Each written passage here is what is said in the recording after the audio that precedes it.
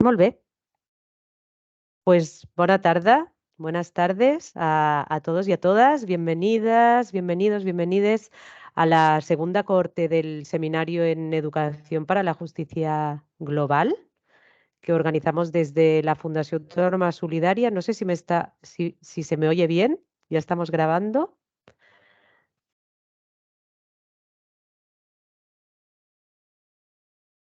Vale, perfecto. Gracias.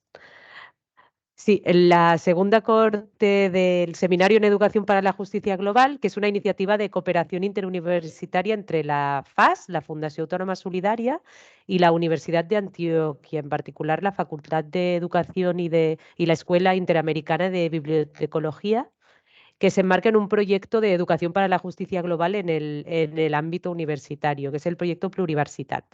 El proyecto Pluriversidad avanzando hacia una universidad comprometida con la comunidad, el territorio y la justicia global. Cuenta con el apoyo de la Dirección para la Justicia Global y la Cooperación Internacional del Ayuntamiento de Barcelona.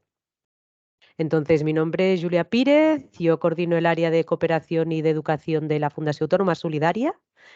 Y en primer lugar, daros las gracias a todas y a todos por participar. Gracias especiales a nuestras compañeras de la Universidad de Antioquia, con quien hemos organizado este seminario.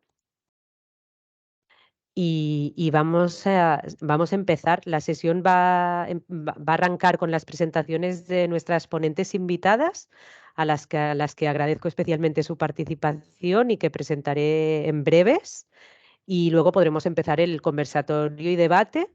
Así que de momento, pues las personas que no participen pueden mantener sus cámaras y micros apagados y luego podrán intervenir. Antes de empezar con el seminario de hoy, quería contextualizarlo un poco, contextualizar pues esta segunda cohorte, que será un recorrido por diferentes temas y por diferentes cuestiones que planteamos alrededor de la universidad como agente de justicia global, ¿no? Un poco para reflexionar, para revisar pues, cuál es el papel de esta institución y de todo lo que implica pues, su entorno y la comunidad en la que se ubica, pues, sobre todo la universidad pública. Hoy hablaremos de asilo, de desplazamiento forzoso y de espacios educativos, especialmente universidades, pero no solo. Y en las sesiones posteriores, pues trataremos otros temas, como la internacionalización de la universidad, como un espacio donde podemos revisar el concepto de ciudadanía global.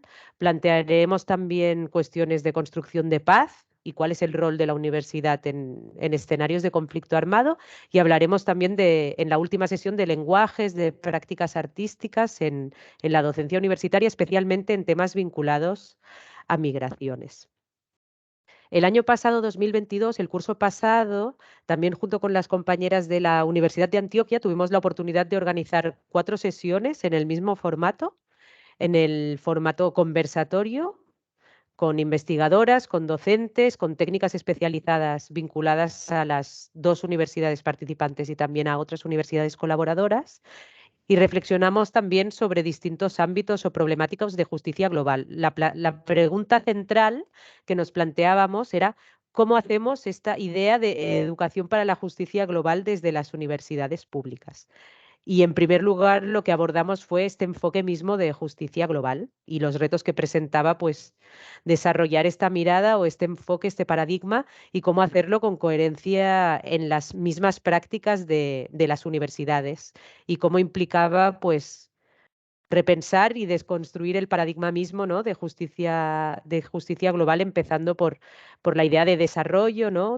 Tradicionalmente em, implementada desde ONGs y desde instituciones del norte global, intentar incorporar pues, cosmovisiones no hegemónicas en el seno de la universidad y todos los retos que esto planteaba. También hablamos de perspectiva decolonial, ¿no? Yendo más allá en otra sesión, con compañeras también del CELEI y de la necesidad de ir repensando y revisando pues, la propia institución universitaria más allá de la reflexión teórica y cuestionando sus acciones y prácticas.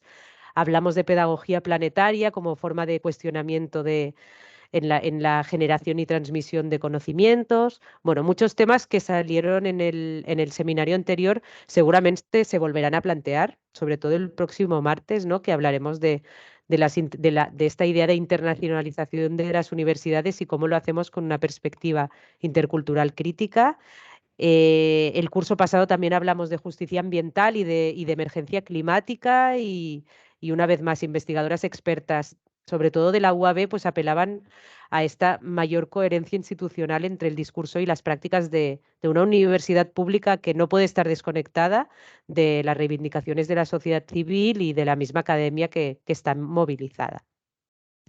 Todas estas sesiones del curso pasado pues, se pueden visualizar en el canal de YouTube del Grupo de Investigación Diverser, que se ubica también en la Universidad de Antioquia y que también estuvo vinculado a esta colaboración interuniversitaria. Y la relatoría de estas sesiones está recogida en un documento que lo voy a enviar por chat en la sesión de hoy y que la idea de esta segunda corte es también poder elaborar esta relatoría, sobre todo pues, con las ideas claves que salen de esta reflexión que hacemos sobre la universidad.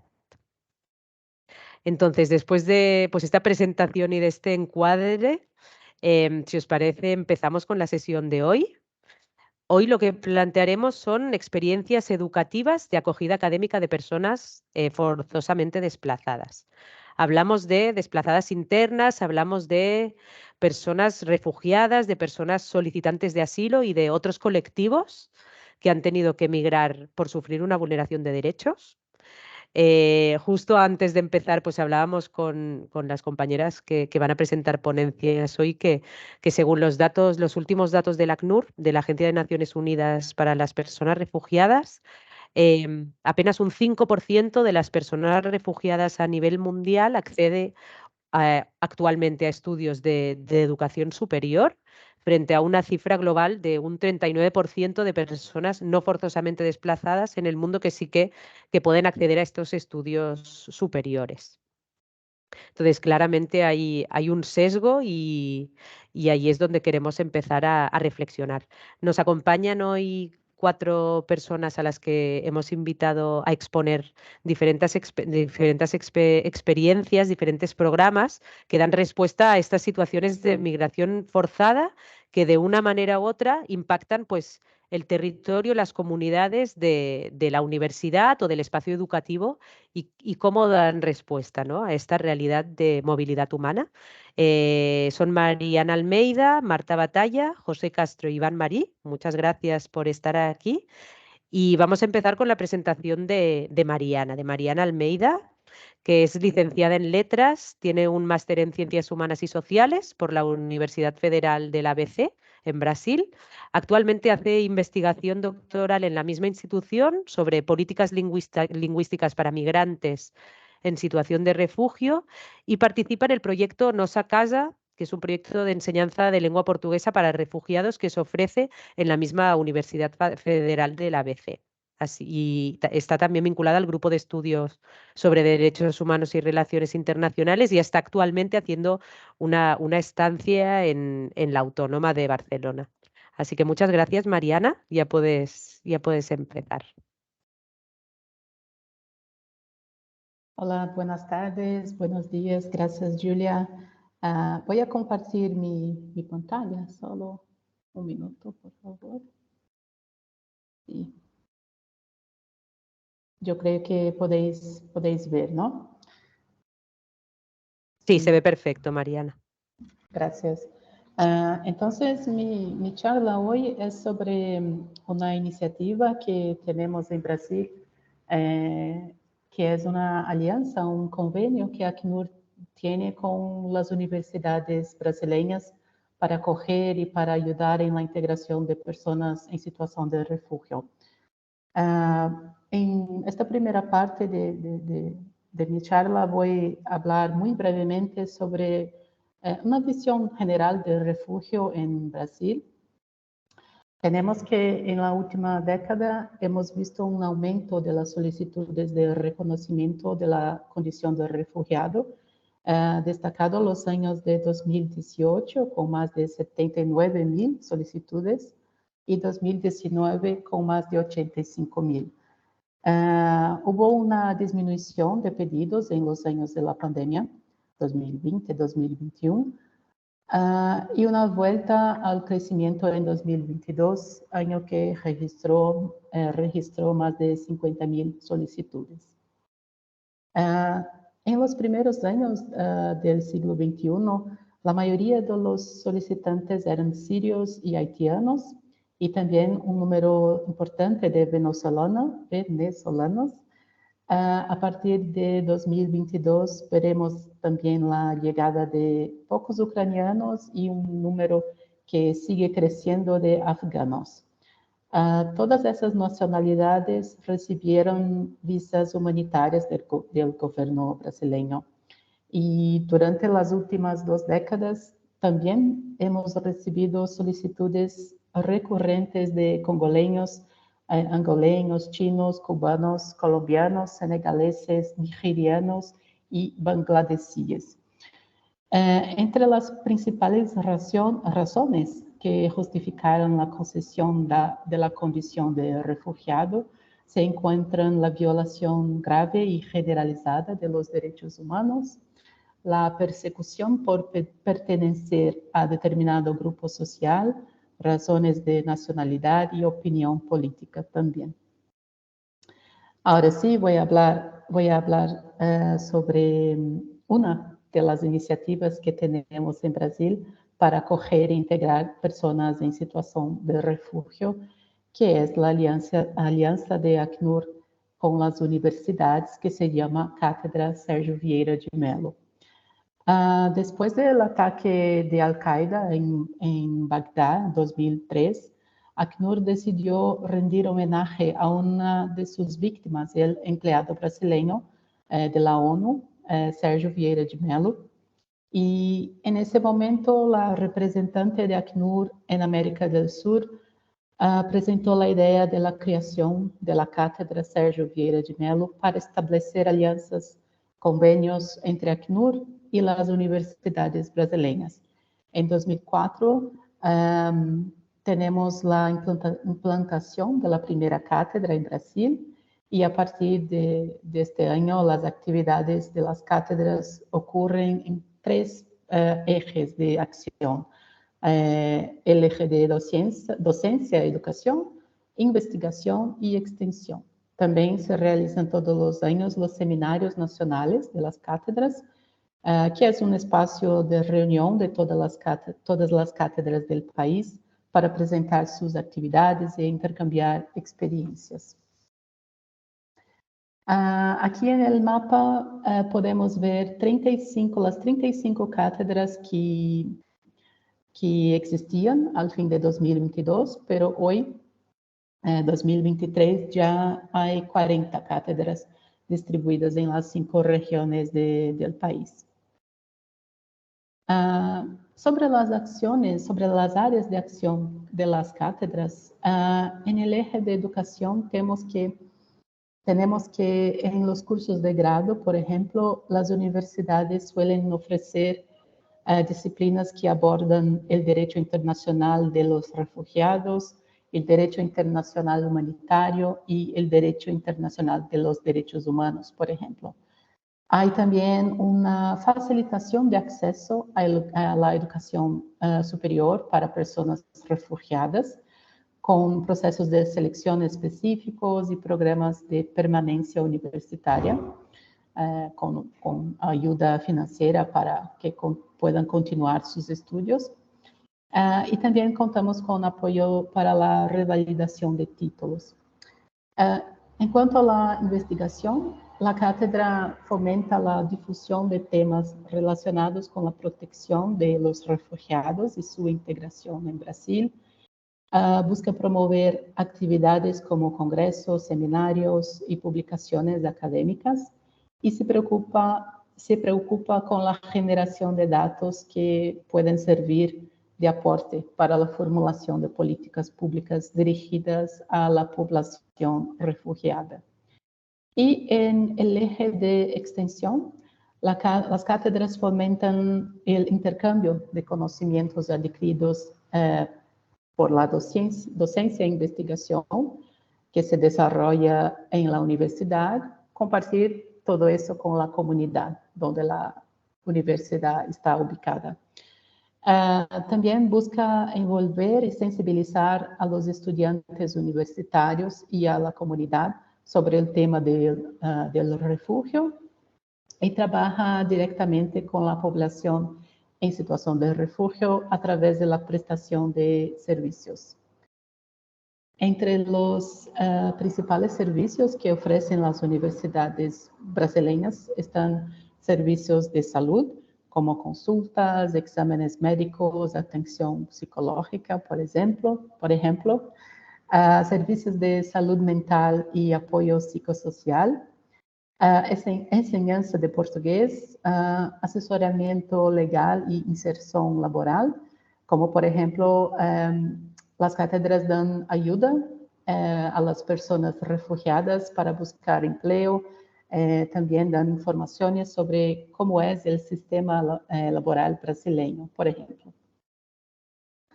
Y en la universidad donde desarrollo mi investigación de doctorado, tenemos también una cátedra Sérgio Vieira de Mello. Voy a presentar muy brevemente la universidad, que es la Universidad Federal do ABC. Fue creada en 2005, entonces es una universidad aún joven, y surgió para atender la demanda por educación superior pública de la región en el estado de São Paulo, que es esta región en azul, formada por las ciudades de Santo André, São Bernardo, donde yo vivo, y São Caetano, entre otras ciudades, por eso la región se llama ABC.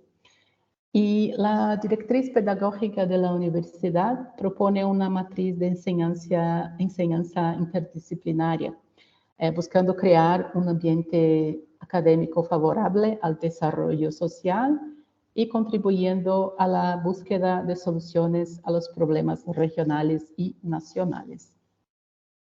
Bueno, entonces la cátedra Sérgio Vieira de Mello en UFABC fue fundada en 2014 y hay diferentes cursos y áreas de la universidad relacionadas con las acciones de la cátedra, como por ejemplo los cursos de grado de Relaciones Internacionales y de Políticas Públicas, los cursos de Ciencias Humanas y Sociales y de Relaciones Internacionales a nivel de posgrado y diferentes áreas de la universidad.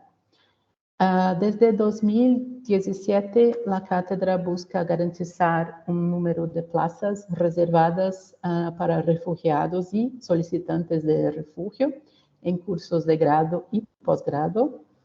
La universidad también apoya la revalidación de títulos y actualmente la principal actividad de extensión desarrollada por la cátedra de UFABC es ofrecer un curso de portugués como lengua de acogida, donde yo fui voluntaria por algunos años.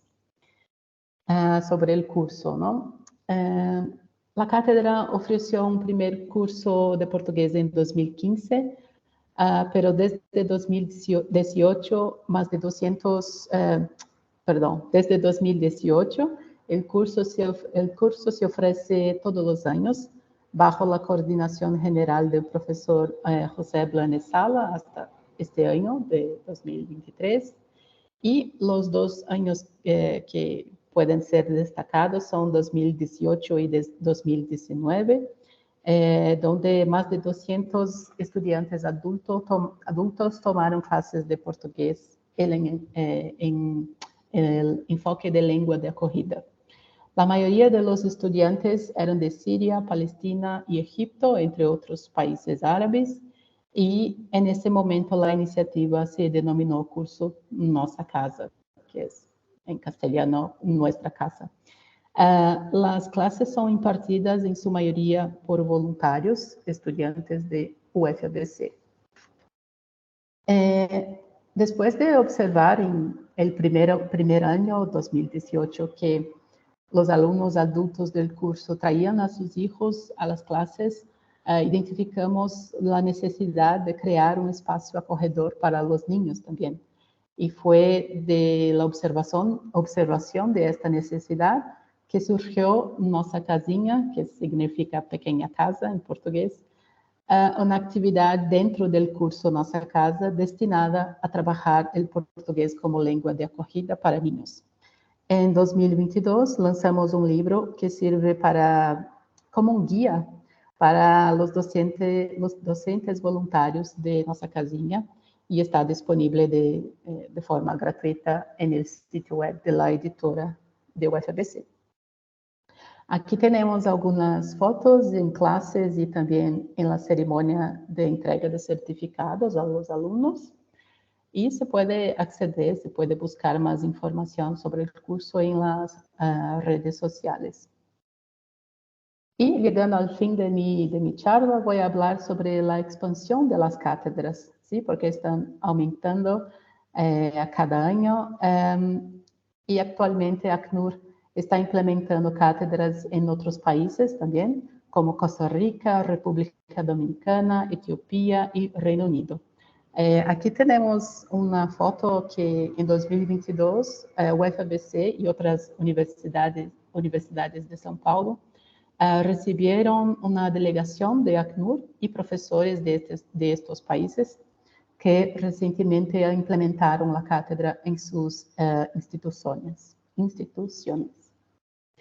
Para concluir, yo destaco la declaración del propio ACNUR sobre las cátedras, que dice que a lo largo de los años, la cátedra ha demostrado ser un actor clave para garantizar que los refugiados y solicitantes de refugio tengan acceso a derechos y servicios en Brasil, ofreciendo un valioso apoyo al proceso de integración local. Concluimos entonces que la acogida no se da solo dentro de la universidad, sino también desde la universidad, cuando la universidad abre sus puertas a la comunidad. Estas son algunas referencias consultadas para la presentación y este es mi contacto. Muchas gracias.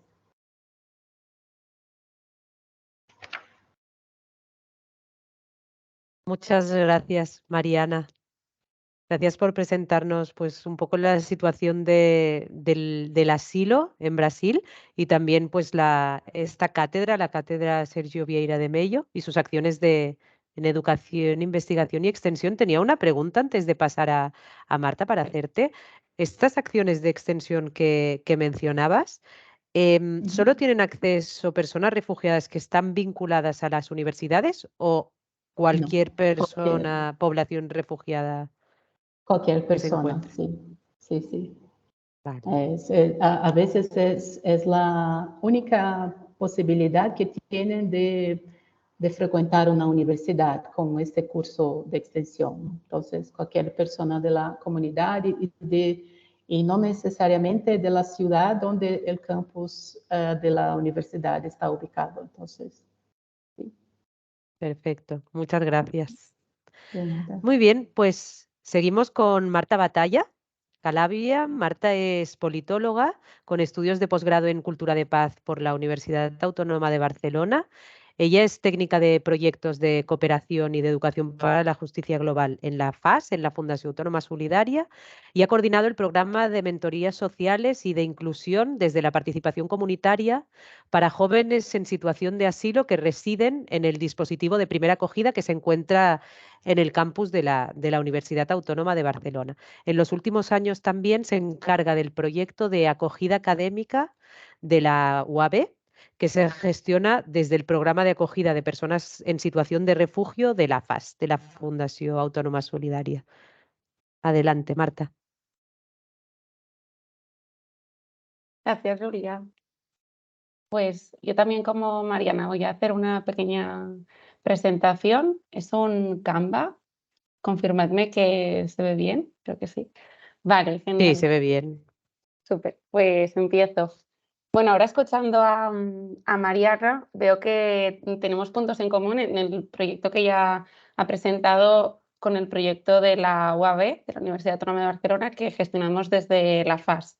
Ahora voy a explicar un poco qué es la FAS y nuestra posición en la universidad, pero bueno, ya anticipo que la fecha de 2015 y el tema de hacer una acogida más allá de aquello que puede hacer la universidad, ¿no? Que podría ser facilitar el acceso a estudios, pues esto también está presente en nuestro proyecto. Como decía, voy a compartir este Canva, que lo hemos titulado La Universidad como un espacio de protección internacional, y la propuesta es pues, compartir con vosotros y vosotras los diferentes ejes de actuación en los que trabaja el programa de acogida de la Autónoma. Entonces, yo hablo como técnica de proyectos de la FAS, que es una entidad social universitaria que está situada en el campus de la Autónoma y que trabaja a caballo entre el tercer sector y la sociedad civil de alguna forma, y luego pues la acción universitaria y el promocionar pues que las políticas universitarias sean a favor de la igualdad de oportunidades y la justicia social en general, ¿no? Desde distintos ejes de actuación, ya sea el voluntariado, la cooperación, que es donde estamos situadas nosotras, acción social o atención a estudiantes con necesidades educativas específicas. Y como comentaba antes, poco ahora el tema que nos ocupa es este, ¿no? El programa de acogida de personas en situación de refugio de la universidad, que básicamente se desarrollan en 4 líneas de actuación. La primera es la acogida y la participación comunitaria como una propuesta para la integración de personas desplazadas y refugiadas en el Estado español, y en concreto Marta, para perdona, no se ven las Sí. diapositivas, ¿eh? ¿No? O sea, todavía Ah, estamos en la primera, no pues sé vale. si... Vale, pues así se ven. Ahora lo he puesto sin pantalla completa. A ver. No, se ve solo la primera diapositiva. Pues voy un momento. Dejo de compartir. Voy a compartir mi pantalla. Ahora, Vale, ahora sí. ¿sí? Vale, Sí, voy a probar de presentar. Vale, ahora sí, entiendo. Se ve una chica con un graffiti, ¿no? sí, sí, Vale. sí. ¿Y ahora se ha movido? Vale, guay. Sí, Entonces, bueno, el proyecto se estructura en 4 ejes. El primero es la acogida, el segundo es la formación y el acceso a estudios superiores, y luego hay toda una parte del proyecto que está centrada en la sensibilización y la promoción del conocimiento de las causas estructurales de los desplazamientos forzados, y también de la sensibilización de la sociedad de acogida, ¿no? Que pues en este caso es la UAB, son sus estudiantes, profesorado y personal trabajador de la universidad, sobre qué pueden hacer ellos y ellas, cuáles son sus capacidades que pueden activar a favor de procesos de acogida dignos. Dando un poco de contexto, pues igual que ha hecho Mariana, nos situamos en el 2015-2016. Aquí veis 2 fotografías. La primera es una fotografía del conflicto en Siria, la segunda es una reacción de la sociedad civil organizada en Cataluña, que es la manifestación el lema era Volem acollir, que en catalán es queremos acoger, y es un poco para pues poner de relieve el papel de la sociedad civil pues en el momento de la mal llamada crisis de los refugiados, de la que se empezó a hablar en 2015-2016 en contexto europeo, ¿no? Con pues esas imágenes tan incisivas y desoladoras también de las fronteras europeas en orientales y del sur, en España y en Grecia, ¿no? Pues con los desplazamientos forzados de personas de origen sirio, afgano y demás. En este contexto es donde se entra el papel de qué pueden o qué deben hacer las universidades públicas delante de las vulneraciones de derechos humanos o de derechos fundamentales. Y desde la CUP, que es la Asociación Catalana de Universidades Públicas, se hace un comunicado pues, instando a la colaboración entre la sociedad civil y desde las universidades para promocionar buenas acciones para la acogida, ¿no? En ese contexto, en la UAB se firma un convenio de colaboración con CECARCEA, que es la Comisión Española de Ayuda al Refugiado, y se instala en el campus de la Autónoma, que para quien no lo sepa, la Autónoma es una universidad que está a las afueras de Barcelona y que tiene bueno, pues es un campus autónomo, ¿no? Tal como lo dice, es una ciudad por sí sola. Entonces se instala en este campus un dispositivo de primera acogida de personas que están en el proceso de solicitud de protección internacional o asilo, desde un punto de vista del proceso social, o sea que están recibiendo un apoyo por parte del Estado y también que están esperando su solicitud de la resolución de esta solicitud de protección, ¿no? Esto abre una ventana de oportunidades muy grande porque, bueno, en un campus universitario pasan muchas cosas, ¿no? Y de alguna forma es lo contrario o puede llegar a ser, no digo que lo sea, pues situar un dispositivo de este tipo de primera acogida en un campus universitario, pues da muchas potencialidades para favorecer una acogida y en contra de la segregación social, ¿no? Que se da en otros casos cuando estos centros están pues, en las afueras de las ciudades o demás. Esta imagen la he incluido para hacer un poco la reflexión de que no se trataba de una cuestión de una crisis, ¿no? Puntual. En 2015, desde ACNUR se hablaba de 65 millones de personas desplazadas forzosamente. En el 2022 ya se han superado los 100 y bueno, entonces para señalar que un problema estructural requiere también de soluciones estructurales, ¿no? Que es un poco pues, lo que pueden hacer las universidades y otros organismos públicos. Esto también para dar un poco de contexto a nivel del Estado español. Cuando hablamos de refugio, estos datos son de CEAR, de la Comisión Española de Ayuda al Refugiado, que publica un informe anual que se llama Más que cifras, que invito a que podáis cotillear, que es sobre los bueno, con qué garantías, ¿no? se ejerce el derecho al asilo y cuál es su situación en España. Estos son datos de 2022, un 60% aprox de resoluciones desfavorables, aunque en los últimos años haya mejorado, porque veníamos de cifras de un 90% de negaciones de asilo, ¿no? Siguen siendo pues cifras negativas en el fondo. Entonces, en este contexto, ¿no? ¿Qué pueden o qué hacen las universidades? Pues el ejemplo de la Autónoma es trabajar desde la acogida, la participación, la formación y acceso a estudios y la incidencia política y el trabajo en red también, pues desde este puente, ¿no? Entre la universidad y aquello que pasa fuera de la universidad, que es la sociedad civil y la calle, básicamente, pues hacer un poco de vínculo con estas situaciones. Aquí hay una imagen de la Vila Universitaria, que es el lugar donde está situado este dispositivo residencial que gestiona CEAR. Aquí el papel de la FAS en concreto es el de apoyar y hacer como de referente para que las personas que viven pues, circunstancial y temporalmente en este dispositivo de acogida puedan vincularse a la comunidad.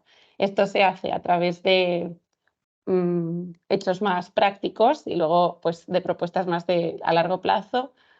Una de las herramientas es la emisión de los carnets universitarios, que parece algo muy sencillo, pero en el fondo es una manera de facilitar como un censo o un padrón. Quien vive en la universidad pues también tiene o estudia en la universidad o trabaja en la universidad, tiene su carnet con el que puede acceder a las bibliotecas, acceder al gimnasio, a los espacios pues, en igualdad de condiciones, ¿no? Ser parte de la comunidad UAB. Luego estas personas ya por parte de CEA reciben pues, una atención social, jurídica, psicológica integral, ¿no? Que las acompaña durante este proceso que acostumbra a ser de 6 meses, aunque depende de cada caso y de lo rápido que esté yendo el proceso de resolución de la solicitud. Y luego el papel de la FAS, la propuesta de la FAS, es el de generar propuestas de participación a través del voluntariado, en la que personas jóvenes de la universidad, normalmente estudiantes y personas jóvenes que están solicitando asilo, ¿no? Y viviendo en este dispositivo, pues puedan conocerse, generar un vínculo estrecho de confianza y participar en esto que llamamos un voluntariado de mentoría social. Digo que son personas jóvenes porque cuando alguien, pues una persona llega a aplicar para la protección internacional en España y solo es en situaciones de alta vulnerabilidad o socioeconómica y social en general que se les ofrece la opción de participar también en este proceso social del asilo, que es lo que está en la vila. Y en la vila solo se aceptan a personas jóvenes que entonces son sin familia, perdón, y que acostumbran a ser personas jóvenes y que han viajado solas en su mayor parte. Bueno, aquí un poco los retos, ¿no? de este proceso: discriminación, racismo, impacto en la salud mental, exclusión laboral, vulnerabilidad económica, es la situación en la que se encuentran muchos de los chicos y chicas que están haciendo este proceso, y es a través de las mentorías que se intenta acompañar, siempre pues teniendo en cuenta el punto de partida desigual, ¿no? De las dos partes, y respetando la autonomía de la otra persona que está haciendo su proceso vital. Yendo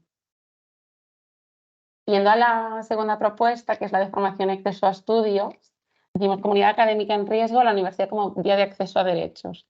Hablamos de acceso a derechos porque en este sentido, ¿no? con la propuesta de acceso a la universidad, la universidad puede actuar de alguna forma delante de la no aplicación de vías legales y seguras para migrar y para el refugio, ¿no? Que es un poco lo que señalan las organizaciones no gubernamentales que está ocurriendo ahora mismo. Esto lo decimos porque pues una inclusión académica y un acceso a la universidad puede ser un acceso a territorio de derechos, que sería pues a través de un visado de estudio de una persona que está en un país en situación de conflicto y desplazado a un tercer país. Pongamos, por ejemplo, pues una persona joven que es siria y está viviendo en el Líbano. A través de una admisión universitaria en la UAB o en otra universidad, si tiene los medios económicos para hacerlo, podría solicitar un visado y llegar a un territorio de derechos que podría ser el Estado español, ¿no? Si aquí se respetarán también. Y hacerlo a través del acceso a la universidad. Hablamos de esta vía de la universidad como acceso a derechos porque dentro de la concepción de la UAB Refugi o el papel de las universidades delante del refugio, lo que decía, lo que pueden hacer las universidades es acompañar en este trámite de la solicitud de visados desde terceros países y también pues acompañar en un sentido más amplio del apoyo social y también el apoyo económico, porque muchas veces se necesitan pues otros recursos financieros de otras organizaciones. Aquí no siempre viene de la universidad. Ahora explicaré un poco más de esto. Las cifras de las que hablaba antes Julia, pues es esta, ¿no? Que según ACNUR, si bien un 40% de la población mundial no refugiada accede a la universidad, en la población refugiada es solo el 5%. Aunque sí que es importante decir que hace unos años era el 1, el 3, así que proyectos como este, pero también los demás que existen en todo el globo, ¿no? Pues están actuando positivamente hacia el acceso de población refugiada a la universidad. En concreto, en la UAB existe la convocatoria Ajuts UAB Refugi, que es Ayudas UAB Refugi en catalán, y que bueno, es al final una convocatoria de becas que pasa de ser una propuesta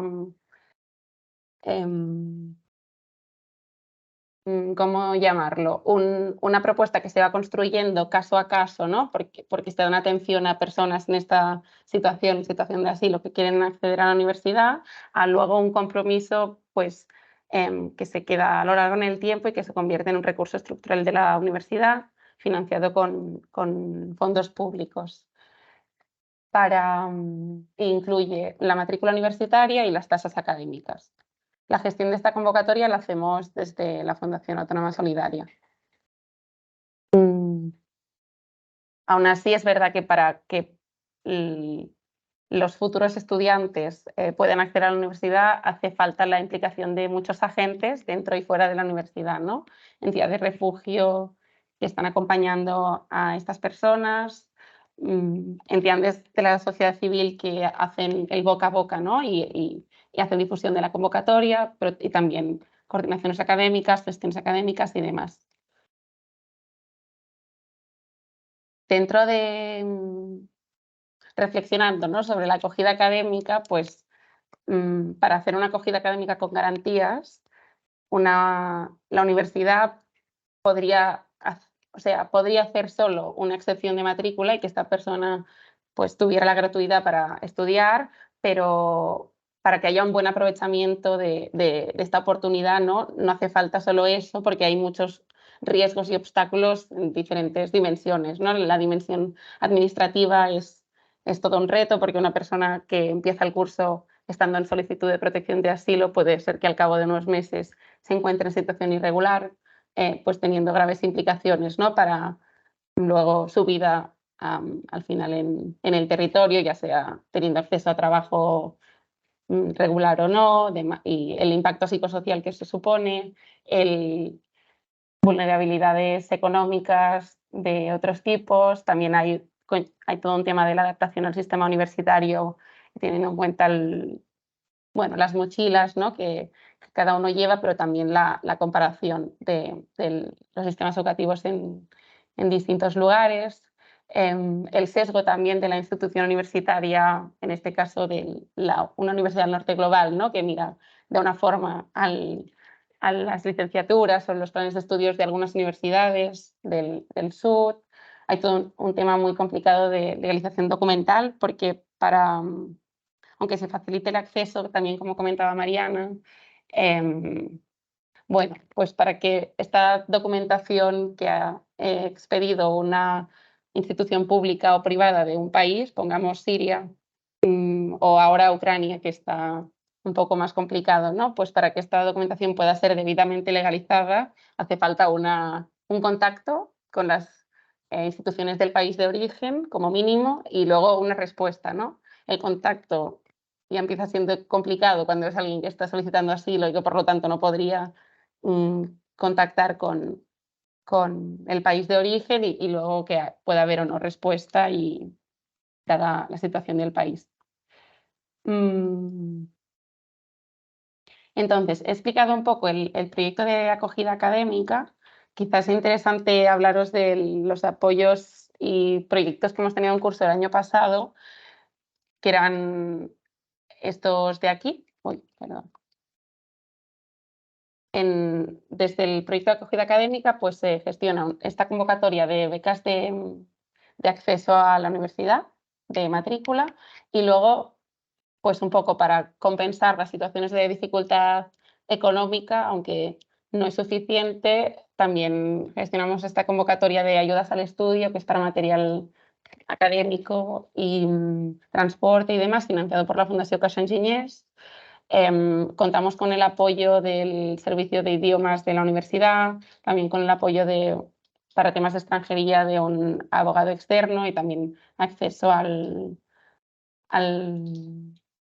gimnasio de la universidad para un tema de salud comunitaria, ¿no?, también. Esto como las becas básicas que cada año facilitamos, y luego cuando contamos con apoyos específicos de agentes externos financiadores, ya sean públicos o privados, pues también ponemos en marcha estrategias de becas más integrales para personas que están en terceros países, en países en origen y conflicto, ¿no?, como es las becas Joves en Construcció de Pau, que eran para mujeres jóvenes constructoras de paz, y que vinieron 3 mujeres a estudiar pues másters el año pasado con una beca integral de Irak, Kurdistán y Siria, y luego en alianza con la sociedad civil también hemos tenido pues proyectos que han cooperado con este objetivo de facilitar vías alternativas para el refugio, ¿no?, y para también el acceso al derecho a la educación. A nivel de cifras, podemos hablar mucho de este proyecto, pero es un proyecto pequeño, con un financiamiento también limitado. Desde el 2016 al 2023, 104 estudiantes han pasado por el programa. Aquí veis la evolución en años. Sí que es verdad que han crecido las matrículas exponencialmente, ¿no? Sobre todo desde que se publica la convocatoria pública, que es en 2020, pero bueno, es algo que es muy incipiente y que también pues, cuenta con poco financiación dentro de lo que cabe. Y creo que no tengo mucho tiempo, pero bueno, ya tendría que haber acabado, pero os voy a hablar de dos casos, dos ejemplos de personas que han pasado por el programa y ya voy a acabar. El primero es Mohamed, que él es pues, una persona paradigmática, ¿no? Que muchas veces explicamos en nuestras presentaciones como una historia de vida de alguien que ha hecho esto que decimos aquí, ¿no? De la universidad como vía de acceso a derechos. De hecho, es por una carta de esta persona, que empieza el programa, y es que él trabajaba como bibliotecario en la Biblioteca Central de Mosul. Aquí veis su foto en 2014, cuando el avance de ISIS en Irak, esta persona lo que hace es recuperar una carta de admisión de doctorado a la UAB para pues, solicitar a la UAB que le facilite la admisión, ¿no? Y poder salir del país junto con su familia. La carta era de los 80 y este contacto lo hace en 2016. Un poco a raíz de esta solicitud de ayuda, ¿no? Se empieza a gestar lo que luego acaba siendo este programa de acogida académica y sobre todo teniendo en cuenta que está enmarcada en un contexto, ¿no? Lo que habíamos dicho antes, de universidades que se posicionan a favor del refugio y también que quieren poner recursos a disposición. Y bueno, el acceso a territorio español se facilita pues, con otros apoyos públicos, que es la colaboración de un ayuntamiento cercano a la UAB, que pone en marcha un programa de apoyo a personas en riesgo y acoge específicamente a Mohamed y a su familia. Al final también es un caso uno en un millón, ¿no? Pero bueno, paradigmático por eso. Y luego es Lilos, que es una mujer que se ha graduado, bueno, está en proceso de graduarse del Máster de Political Science en la UAB. Ha contado con esta beca que comentaba antes de Jóvenes en Construcción de Paz y bueno, originaria del Kurdistán sirio, también trabajaba en temas de construcción de paz y con personas desplazadas internamente, y es un poco a través de programas como estos que se facilitan vías para salir de territorios en riesgo. También el suyo, un caso especial porque puso de relieve las necesidades de una persona que va a seguir con sus estudios, que no son solo las necesidades de esta persona, sino también las de todo su entorno, ¿no? Porque esta persona pues venía con su familia, 2 hijos, y esto nos señaló al final también las limitaciones de los proyectos de cooperación, pues porque no habíamos contemplado nosotras a la hora de diseñar el proyecto que una persona estudiante universitaria podía ser una madre, ¿no? También, y entonces necesitar contar con este apoyo financiero específico.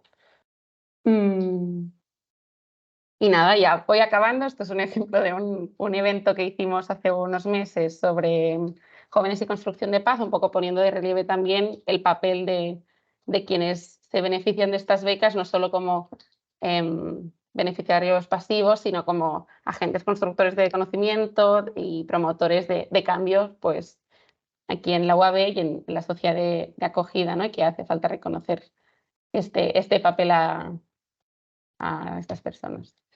Y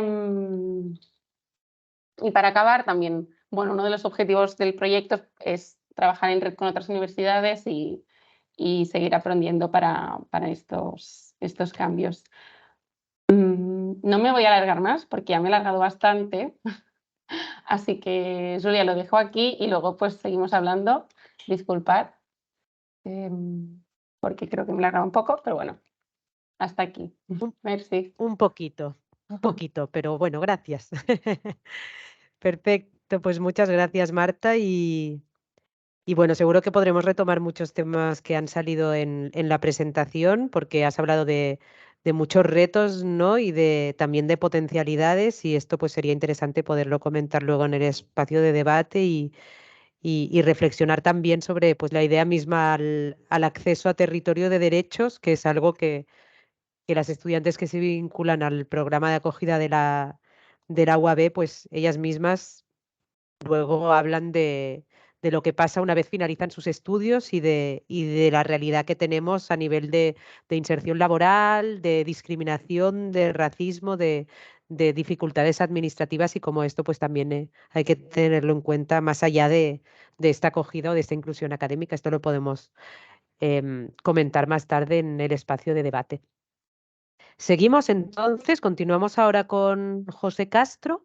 José es sociólogo, tiene un magíster en antropología con énfasis en antropología social de la Universidad de los Andes y un doctorado en diversidad.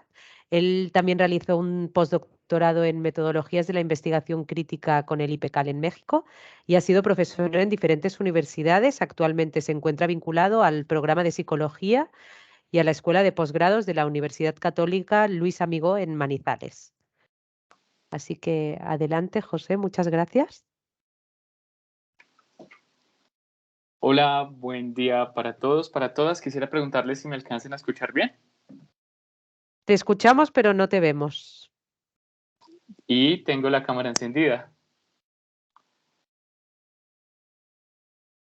Pues no te vemos, José. Qué raro. Vale, está muy bien. Ya miro de pronto qué puede estar pasando y estoy a punto de compartir pantalla, ¿vale? Perfecto.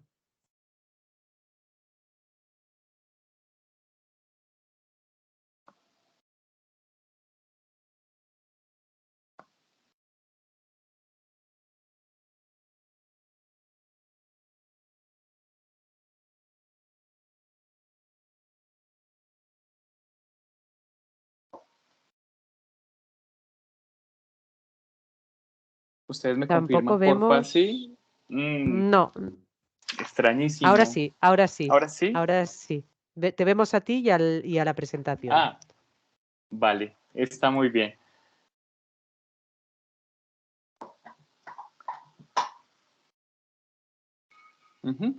Vale, muy bien. De nuevo, buenos días para todos. Buena tarde para los compañeros de Barcelona. Para mí es muy grato poder estar en este espacio y compartir con ustedes como algunas palabras alrededor de lo que es la experiencia de la migración. Creo que las profes que me han antecedido han venido como construyendo un campo de resonancia que es particularmente significativo. Creo que Mariana cuando habla del portugués como lengua de acogida o cuando Marta habla de la universidad como espacio de acogida, pues vienen a ser como reflexiones particularmente significativas y me llevan también a recordar el trabajo de un colega que pude conocer hace un año en Perú, que es Pedro Pablo Copa, quien nos habla también de la cocina de acogida. Entonces, para esta presentación, yo tengo 15 minuticos, entonces voy a intentar como ser muy preciso en el tiempo y en las palabras que voy a escoger. Y bueno, esta presentación se titula Extraños llamando a la puerta, entre gestos, miradas y narrativas de jóvenes migrantes en educación. Y antes de presentar el guión que voy a seguir, quisiera hacer como dos pequeñas digresiones. La primera tiene que ver con la estructura de la presentación y es que va a seguir un poco como el guión de un artículo de investigación, porque este trabajo es extensión de algunas ideas construidas en una segunda estancia postdoctoral que hice en la PUC. Y lo segundo es que como solo tengo 15 minutos, no voy a referirme mucho como a los datos, a las cifras, a las estadísticas, sino que voy a intentar como hacer una pequeña inflexión y voy a intentar irme por un lugar distinto. Entonces, el guión tiene 6 puntos. Lo primero tiene que ver con el planteamiento del problema. El segundo punto tiene que ver con la pregunta de investigación. El tercero tiene que ver con los referentes teóricos. El cuarto con el diseño metodológico. El quinto con algunos hallazgos preliminares. y finalmente el 6 con algunas reflexiones de cierre. Entonces, frente al planteamiento del problema, frente a ese campo de intersección que tiene que ver con el espacio, con la mirada, con el lugar, aparece como una primera reflexión sobre la escala, la mirada y el zoom.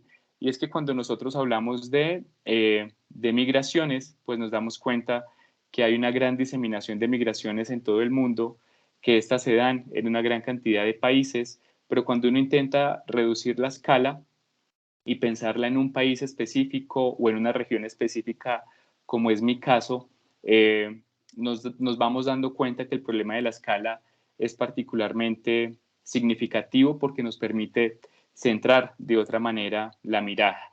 Mi trabajo tiene que ver con la llegada de jóvenes migrantes venezolanos a Colombia y específicamente a una región que es el eje cafetero y más específicamente a la ciudad de Manizales.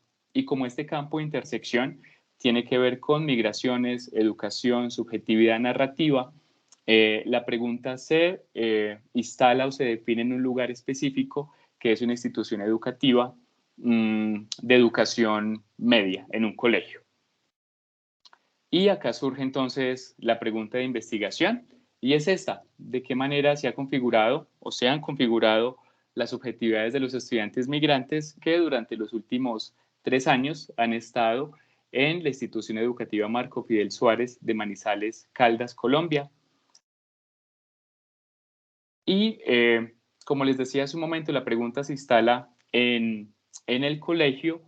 Y claro, yo pensaba, se los decía a los colegas esta mañana, pensaba de qué manera como dialogar con ellos cuando tienen su mirada puesta en las universidades, pero claro, indudablemente los colegios son el momento previo o el momento que antecede la llegada a las universidades, entonces creo que una reflexión como que centre su mirada en este lugar vale la pena.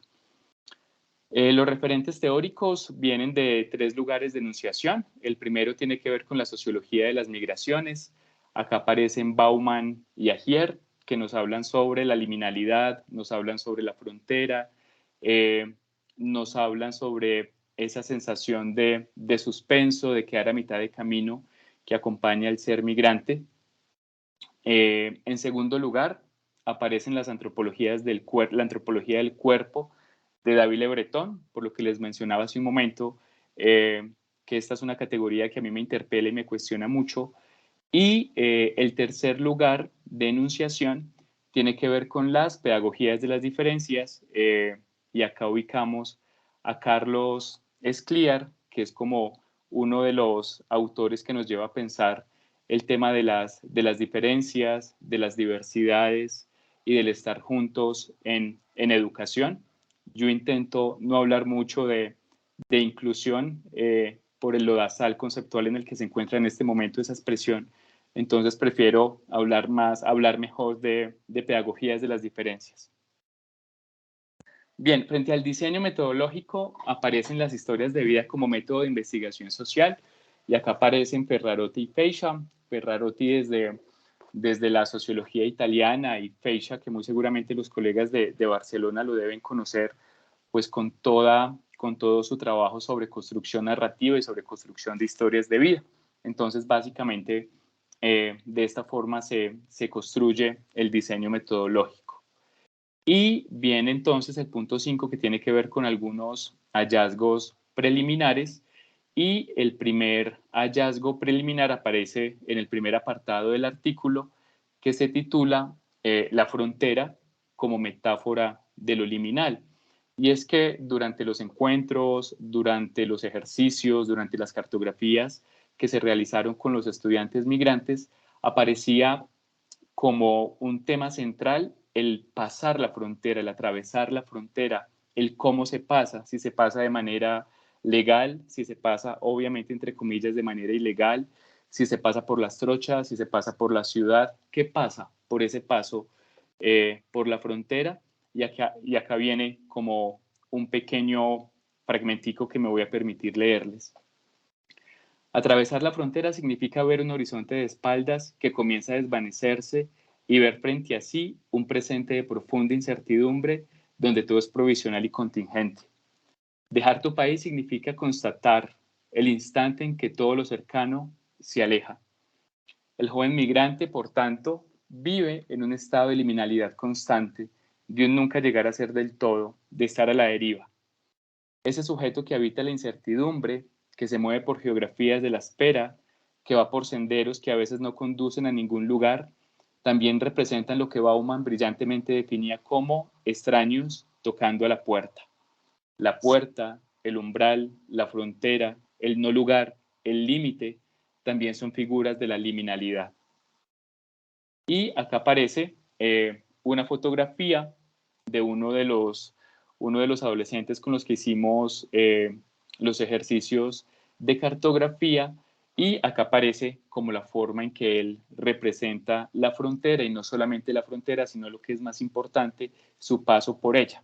Porque claro, acá el concepto de experiencia como aquello que me pasa es supremamente importante, y la idea, o por lo menos desde mi perspectiva, la mirada no está tan centrada en cuántos estudiantes pasan o en cuántos migrantes llegan, sino que me interesa más un poco cómo pasa por su cuerpo y por su subjetividad esta experiencia.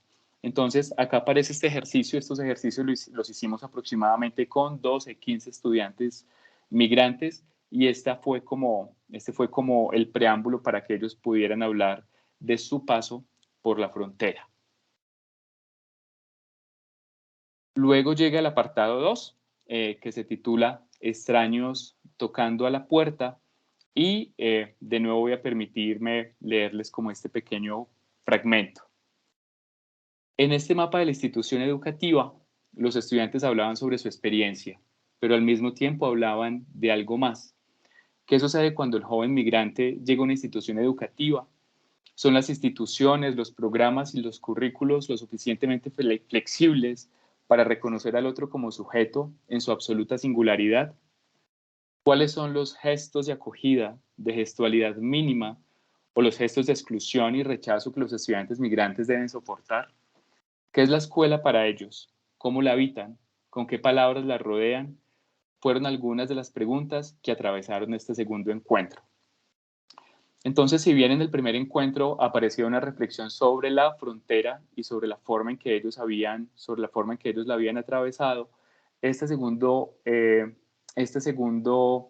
encuentro, o este segundo momento, tenía que ver un poco con su experiencia en la institución educativa, cómo atraviesan la puerta de la institución educativa, cómo es su relación con los profesores, cómo es su relación con los compañeros, cómo es su relación con el currículo, qué cosas extrañan de su país, qué cosas extrañan del colegio de donde venían, por ejemplo.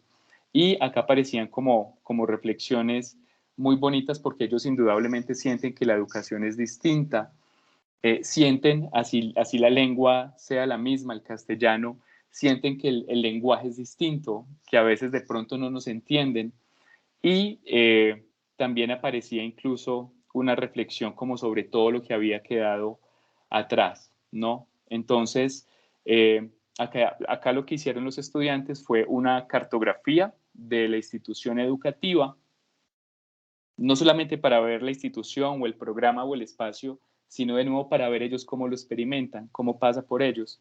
Y acá vemos una de las estudiantes migrantes haciendo una cartografía de la institución educativa, y la idea era que ellos pudieran ubicarse dentro de la cartografía y que mencionaran un poco de pronto la forma en que se relacionan con los demás, cuáles son los espacios donde se sienten acogidos, cuáles son los espacios donde se sienten bien, y también obviamente cuáles son los espacios que representan para ellos como algún gesto de exclusión o que reproducen de algún modo la vulnerabilidad.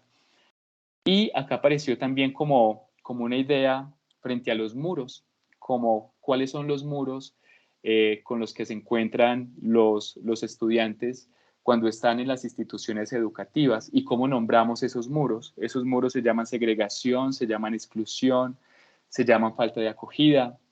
¿Cómo nombramos esos muros. Entonces este fue el segundo ejercicio que hicimos con los estudiantes, y era una cosa, y fue una cosa muy llamativa, fue un ejercicio muy interesante, porque para ellos también era una forma de interpelar el poder, de interpelar las relaciones de poder que se dan al interior de las instituciones educativas y de los colegios, porque claro, acá aparecía un poco todo el tema de el bullying, las malas palabras, las palabras despectivas, el decirle al otro beneco, el no incluirlos, por ejemplo, dentro de los juegos, dentro de las prácticas, y también como algunos gestos de humillación. Por eso ahí aparece como en el artículo la escuela como un lugar profundamente ambiguo, porque claro, la escuela puede ser el lugar de la acogida, la escuela puede ser el lugar donde podemos enunciar las diferencias, pero cuando estamos hablando de instituciones educativas, también las escuelas pueden ser el lugar de la segregación, de la exclusión y de la marginalidad. Entonces creo que no las podemos pensar de una sola manera. Y luego viene el apartado 3, que se titula Narrativa sobre el cuerpo, y acá aparece un pequeño fragmentico. Las narrativas migrantes son narrativas que se articulan desde las geografías de la espera, desde la pérdida de la identidad nacional, cotidiana y a veces personal. Son narrativas de frontera. Cuando estás frente a una narrativa migrante, los grandes metarrelatos parecen desvanecerse y comienza a emerger una historia de la que a veces solo el cuerpo es testigo. La memoria implica articular el pasado en una narrativa del presente, pero el primer lugar por el que pasa lo que ha sucedido es el cuerpo. Sus pliegues interiores y exteriores nos cuentan narraciones y genealogías bajo otros contornos. Y en este tercer momento, que también es el tercer apartado del artículo y el tercer punto del guión, aparece entonces una reflexión sobre el cuerpo y cómo construir una narrativa a partir del cuerpo, a partir de las huellas que ha dejado el ser migrante, a partir de las huellas que ha dejado el pasar la frontera, a partir de las huellas visibles e invisibles que ha dejado como esta nueva forma de identidad que obviamente muchas veces es forzada y no elegida. Entonces acá, en este tercer encuentro, lo que hacíamos era poner grandes pliegos de papel, los estudiantes hacían sus propios dibujos, hacían sus propias siluetas y contaban sus historias, contaban un poco lo que había quedado atrás, la nostalgia de su lengua, la nostalgia de dejar a sus familiares, la nostalgia de dejar su casa y esta nostalgia profunda incluso por la alimentación, que es un tema que yo vengo explorando desde otros lugares, porque extrañan la alimentación, extrañan la comida, extrañan la forma en que es preparada, las texturas, los sabores. Y después de esta narrativa después de esta silueta, lo que hacían los estudiantes era contar en sus propias palabras su historia de vida. Entonces, de pronto por el reflejo de la luz no la alcanzamos a ver muy bien, pero acá alcanzamos a ver como un pequeño fragmento de las historias de vida que ellos construían. Y acá aparece como el momento en el que lo socializábamos, el momento de cierre, y acá aparece como la voz de uno de los chicos migrantes. Espero que podamos escucharla, y es como la voz que sigue a continuación.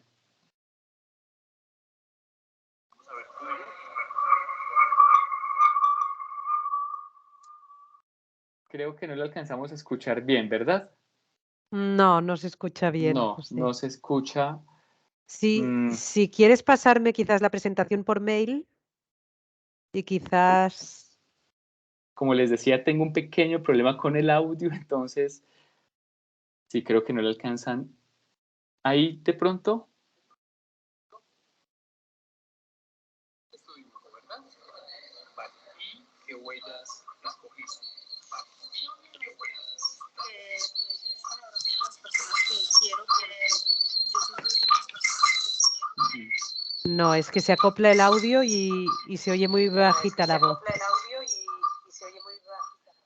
Claro, no, se escucha fatal, lo siento mucho, es que he tenido un par de problemas con el audio, pero bueno, después les puedo compartir como esta presentación, pero básicamente es la narrativa de uno de los chicos migrantes que estuvo en el taller, y ahí aparece un poco el tema de las huellas, de lo que extrañan, el extrañar la tierra, el extrañar la familia.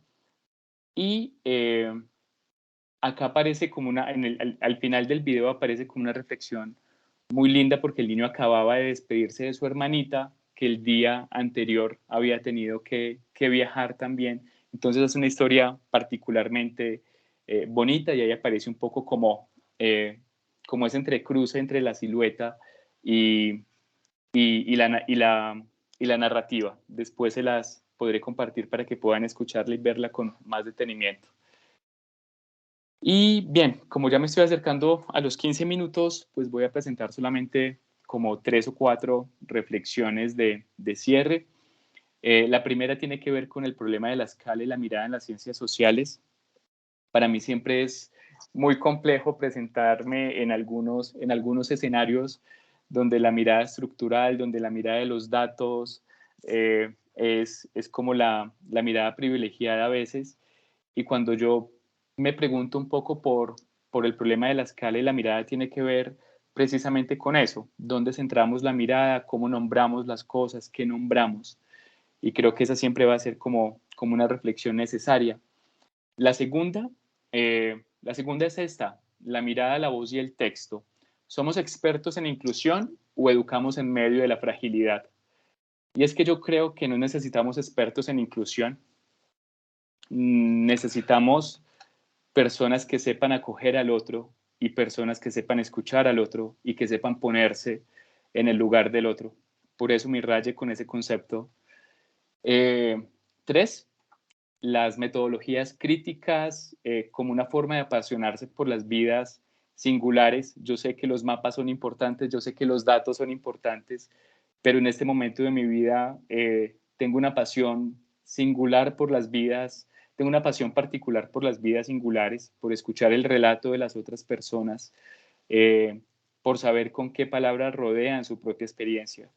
Y viene finalmente una cuarta reflexión, y es que todos estos trabajos y los que me anteceden, pues lo que hacen posible o lo que posibilitan es esto, y es hacer visible la invisibilidad de lo visible. Y acá aparece una reflexión como manera de cierre, y es la importancia de reconocer que nosotros no damos voz, de reconocer que dar voz hay que ponerlo un poco entre comillas, y que solamente debemos escuchar con detenimiento.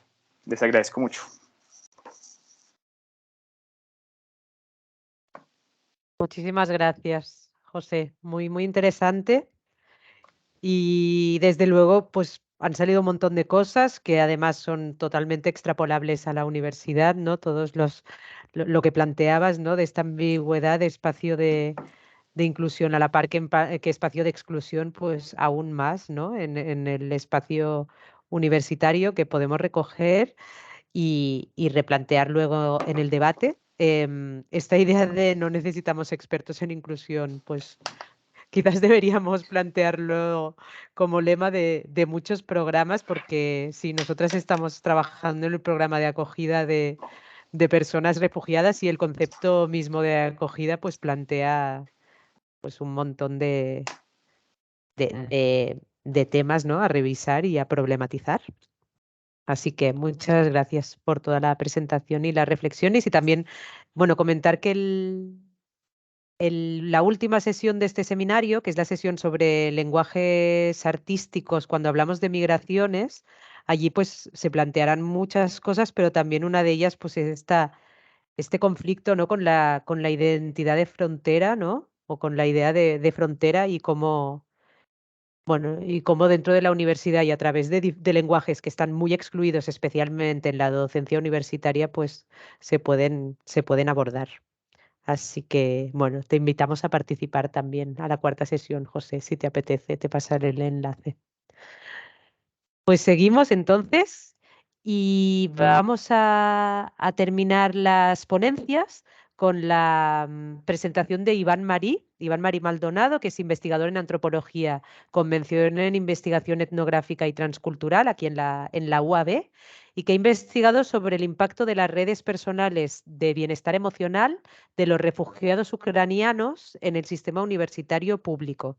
Si bien ha hecho su investigación también sobre la UAB, nos va a presentar más la investigación que hizo sobre la Universidad Complutense de Madrid. Así que muchas gracias, Iván.